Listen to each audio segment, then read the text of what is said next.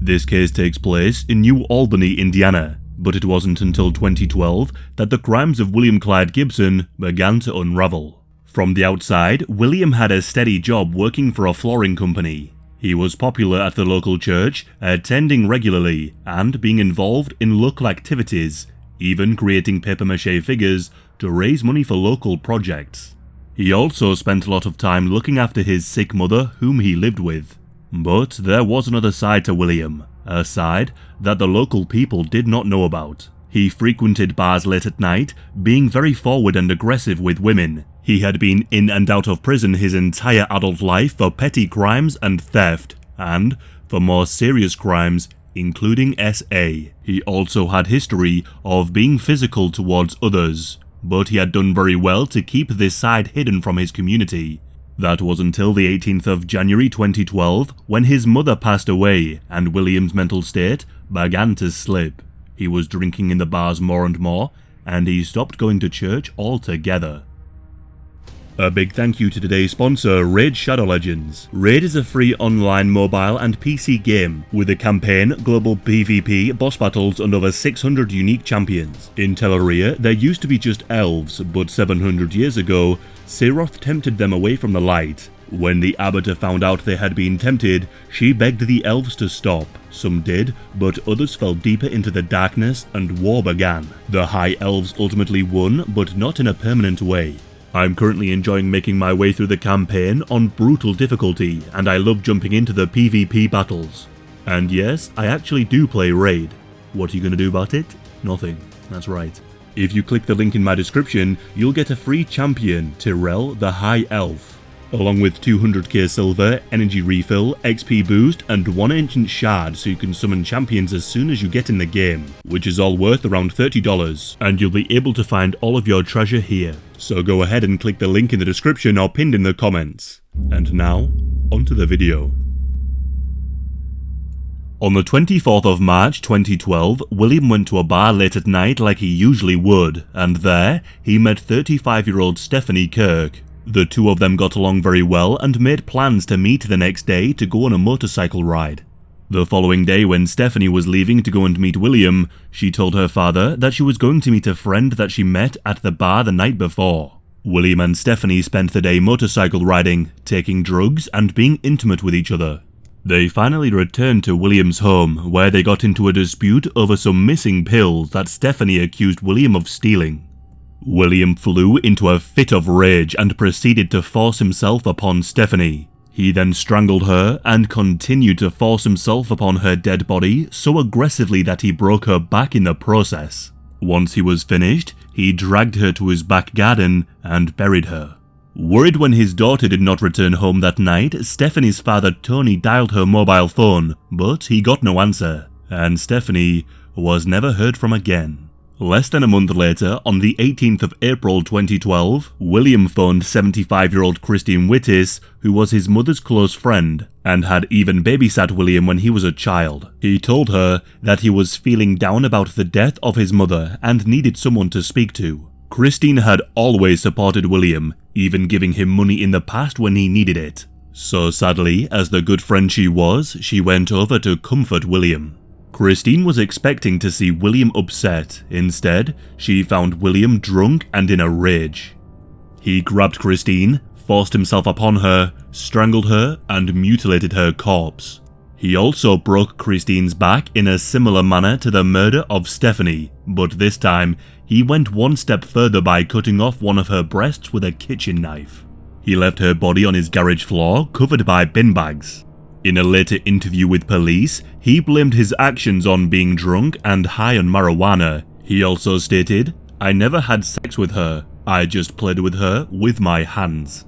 He also went on to say that he considered Christine to be a friend, and stated, "We would just talk. I'd tell her she was my girlfriend, and she'd tell me I'm old enough to be your mother." He went on to say that he strangled Christine about 30 minutes after she arrived, and then dragged her body into the garage. After the murder, he then stole Christine's blue Dodge Caravan to go out, and in his words, get drunker. He went to various bars including Hooters before returning back to the house with a friend, where they drank whiskey into the early hours. All the while, Christine's dead body lay in the garage. The day after the murder of Christine, William's two sisters, Brenda Ray and Teresa Adam, went to their mother's house where William lived. The sisters had received a letter from an attorney seeking the mileage on their deceased mother's car. They knocked on the door, but nobody answered, and so they let themselves inside. They walked through the kitchen and into the garage to check the car. Upon entering the garage, they saw the body of Christine lying on the floor. Brenda initially thought it was some kind of blow-up doll, or maybe even a papier-mâché doll. But they soon realized it was a real corpse when they saw a pool of blood next to the body. Brenda also stated that the legs were bent into an unnatural position. Brenda told Teresa not to touch anything, and she quickly called 911. Later that day, New Albany police officer Matt Kidd was in a car chase with the blue Dodge camper van with William at the wheel.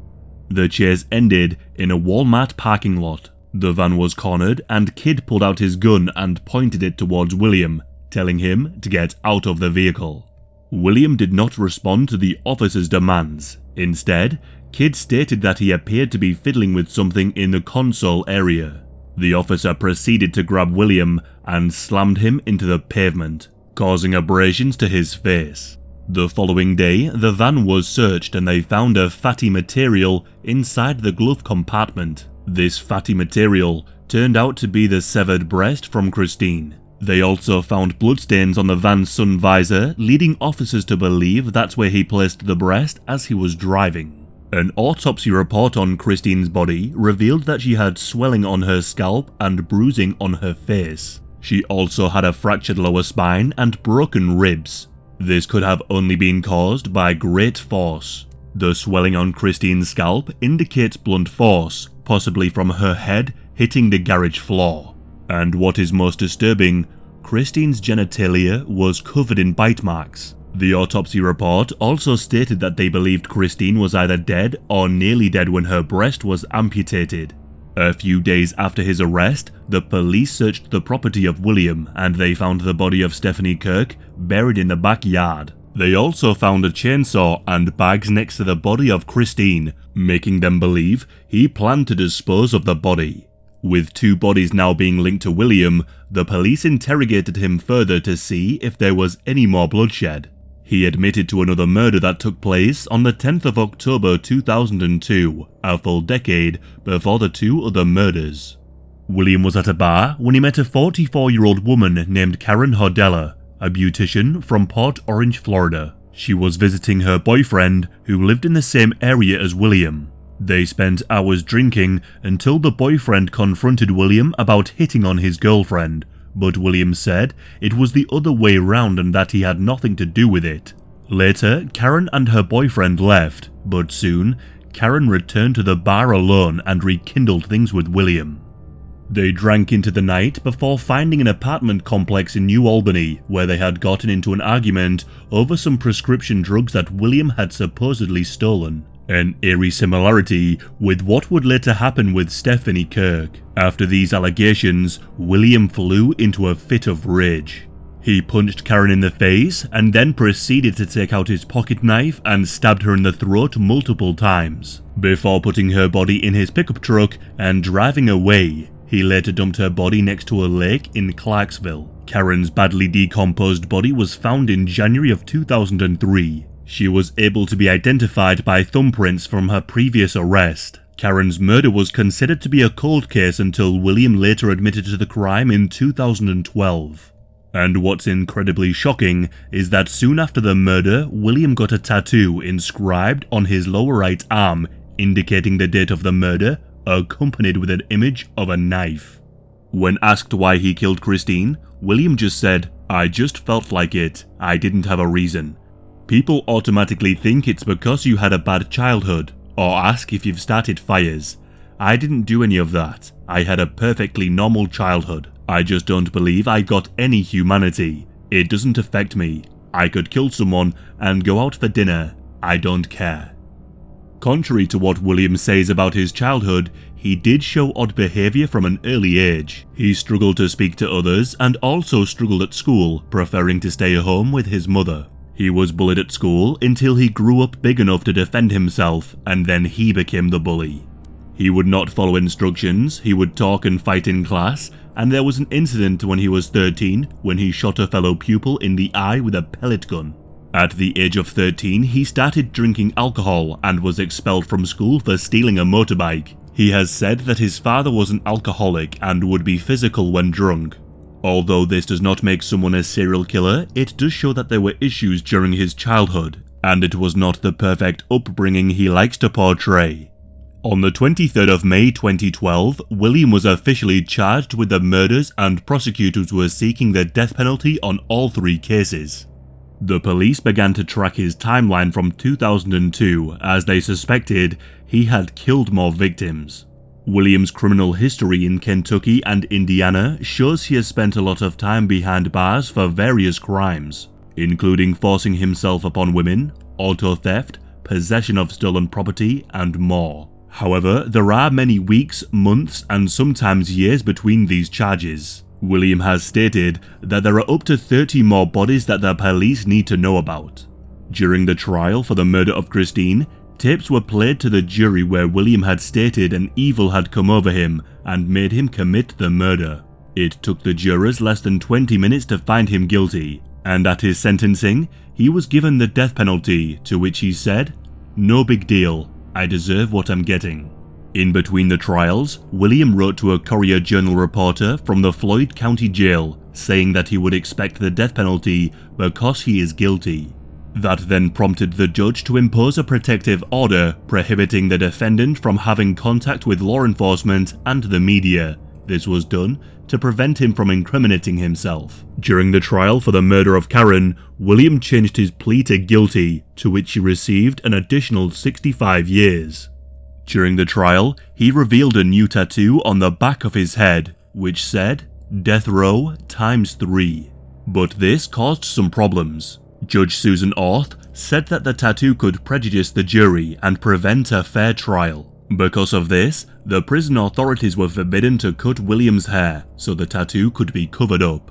During the final trial for the murder of Stephanie Kirk, William pled guilty again, waiving his right to a jury trial, but in spite of his plea, he was sentenced to death again. Judge Orth deeming that this was the only appropriate sentence in regards to the brutal killing. William Clyde Gibson has since dropped all of his appeals and is waiting to be put to death. He resides on death row and freely speaks of his murders. And now I shall pass you on to one of my favourite YouTubers, Mike from Bizarre Bazaar, and he will show us some of his correspondence with William. Thanks for having me on, Disturbing, and hello to everyone. The reason why I'm here is because Gibson sent me a letter, and I think it reveals a bit more about who he really is. First of all, just look at the letter from a physical standpoint. It's plain and as blunt as you can get. It's pencil on lined paper, no frills, and very much represents Gibson. I've received many letters, and most have artwork or some kind of style that is unique to them, but this feels so raw. So I asked Gibson if he'd be willing to come and talk to me on my channel, and he said, "Yes, Mike, the only way I want to do this is if I can tell the whole story of how I treated my female victims. Like with most of them, I would cut off their ass. I would most times eat the lips raw, but I would most times fry up the mound of meat, along with the asshole and meat around it.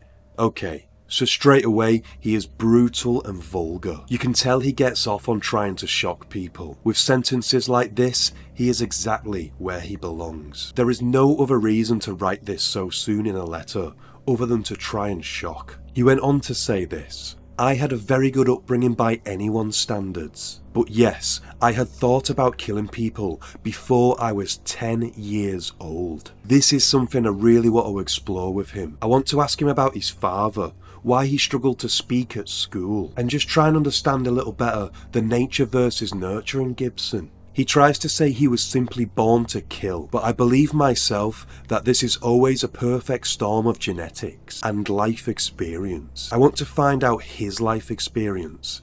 I want to find out how bad his dad was and see if maybe what is normal to him is abnormal to the rest of us. I'm also curious to know how close he was to his mother, and how this affected him. Was she the one that for the most part was keeping him on the straight and narrow? Because once she died, Gibson's mask started to slip pretty quickly. Did he actually love his mother? He continued, I was in the army in Germany from 76 to 79. That's where I killed my first time. But it was simply for money. No, to be honest, I felt nothing for anyone I've killed. Dumb luck saved me from getting arrested many times. We can talk about that later. Although he clearly states he's felt nothing for anyone he's killed, you can already tell from statements that he made to the police that he has zero empathy. But he managed to hold down jobs, and he was a respected member of his community and churchgoer. I mean, he made items for the church to sell to raise money. I would like to know why he did those things, and yet felt nothing for the women that he murdered. Was he doing the things in the community simply for cover, or did he enjoy them? Is he capable of enjoying things like this? If it was for cover, then it's all the more terrifying that someone can hide so well in a community that is capable of such acts. I am also curious to know how he got away with the other murders. How was he a functioning member of society? Can you really not be noticed and actually be a liked member of your community if you really have zero empathy? Or was this something he had to work really hard at, to wear a mask? And yes, my killings got more and more perverted as the years went by. I started torturing my victims more and more, like cutting some of them lips off and eating them while looking at my victims in the eyes. Mine was all about taking care of my sexual needs. A lot of times I would on my victims just by eating their lips in front of them. Do I regret any of them? No, not really. I'm not even sure if any of this is true. It could very well be, but he could also be trying to be as vulgar as possible, simply because he gets off on it. He claims to have killed up to 30 more people, but if this is true, then why are police not out there looking? I'm not saying I'm right, but I have a suspicion he may have only killed 3 victims, and not the 30 he claims. I think although what he did was shocking and vile, he is still exaggerating in these letters. He's a convicted serial killer, and in his mind, if you're going to be a serial killer, you may as well be the most infamous one. If he killed more than 30, and he was incriminating himself throughout the trial, then why does he get death row ×3 on the back of his head? Why not ×30? He admitted everything else, so why not now? On the other hand, he's never getting out, and revealing a victim every now and then was a tactic used by Ted Bundy to prolong his life and make deals to have a more cushy time in prison. So this is what he could be doing. Either way, I want to put this to him and dive deeper. I've got a new channel, which Disturbing has linked in the description. So if you want to see more letters and phone calls that I receive from inmates, then head over there, click subscribe, and I'll see you soon. Stay sane.